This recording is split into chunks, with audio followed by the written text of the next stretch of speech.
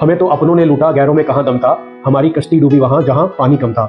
ये तो जीवन का एक सत्य है, इसमें आपको हैरान होने की ज़रा सी भी ज़रूरत नहीं है। ये सब आपके कर्मों पे बेस्ड है। कैसे? आपके पिछले जन्म में जितने भी लोगों से आपको कुछ लेना देना होता है, आपने किसी के साथ अच्छा किया या बुरा किया, तो वो इस जन्म में आपके क्लोज रिलेशनशिप में ही आते हैं। ये डिवाइन का प्लान है आपके कर्मों का लेखा जोखा पूरा करने के लिए। अगर आप वो क्लोज रिलेशनशिप में नहीं आओगे तो आप उनसे बच जाओगे, तो इसलिए वो क्लोज रिलेशनशिप में आते हैं कि आप उनसे बच ना पाओ और आपके कर्मों का हिसाब किताब बराबर हो जाए।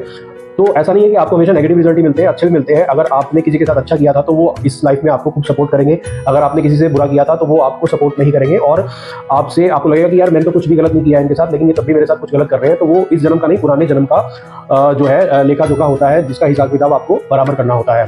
तो इससे आप बच तो नहीं सकते हो, क्योंकि ये वो लोग हैं जो आपकी लाइफ में माँ बाप बनकर आते हैं, भाई बहन बनकर आते हैं, बच्चे बनकर आते हैं, आपका स्पाउस बनकर आते हैं, आपके close business associates and business partners बनकर आते हैं। तो ये जो लेना देना है वो तो होकर ही रहेगा, आप उससे बच नहीं सकते। लेकिन हाँ, जब आपको ये सत्य पता है कि आप किसी के कर्जदार हो और वो अपना कर्जा लेके जा रहा है, लेकिन आपको इस लाइफ में उसका रीजन नहीं नजर आ रहा है क्योंकि आपने इस लाइफ में उनके साथ गलत नहीं किया, तो एटलीस्ट ये आपको एक मन को शांति मिलेगी कि हाँ यार, मेरा एक पुराना किसी को देना था तो वो मैं दे रहा हूँ और वो मेरा हिसाब किताब बराबर हो रहा है। दूसरी चीज हो सकता है कि एक कोई नया कर्मा ना क्रिएट हो जाए। जरूरी नहीं है कि वो आपके पास्ट लाइफ के नेगेटिव कर्मा की वजह से ही ऐसा हो रहा है। हो सकता है कि आप सोए हुए हो, आप लोगों पे बहुत ज्यादा ट्रस्ट करते हो, आप अपने करीबी लोगों पे बहुत ज्यादा ट्रस्ट करते हो और वो शायद आपको उनका एक नेगेटिव कर्मा और हो जो वो आपको एक धोखा दे दें।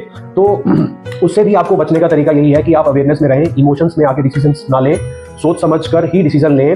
और इसका मतलब ये नहीं है कि आप सामने वाले को डिसरिस्पेक्ट कर रहे हो, ट्रस्ट नहीं करना है लेकिन आपको, क्योंकि आपको ये याद रखना है कि आपको नहीं पता कि आपके पास लाइफ में क्या कर्मा थे या सामने वाले की क्या इंटेंशंस है, या सामने वाले के भी कंट्रोल में कई बार चीजें नहीं होती, वो समय के हिसाब से मजबूर हो जाता है और आपके साथ कुछ गलत कर देता है। तो आपको ये याद रखना है कि कोई भी इंसान कभी भी कुछ भी कर सकता है, आप भी कभी भी कुछ भी कर सकते हो। तो इसलिए मैं कहता हूँ आप लोगों को बोलो कि भाई मेरे पे भी ट्रस्ट मत करो। इसीलिए क्लोज रिलेशंस में या कहीं पर भी जितना हो सके आप लीगल एग्रीमेंट्स बनाएं, रिटर्न लीगल एग्रीमेंट्स बनाएं और अवेयरनेस में रहें, सोच समझ के डिसीजन लें। तो आपको बहुत सारी परेशानियों से, बहुत सारे झंझटों से आप बच जाओगे और सामने वाले का बिहेवियर भी आपके तरफ अच्छा रहेगा।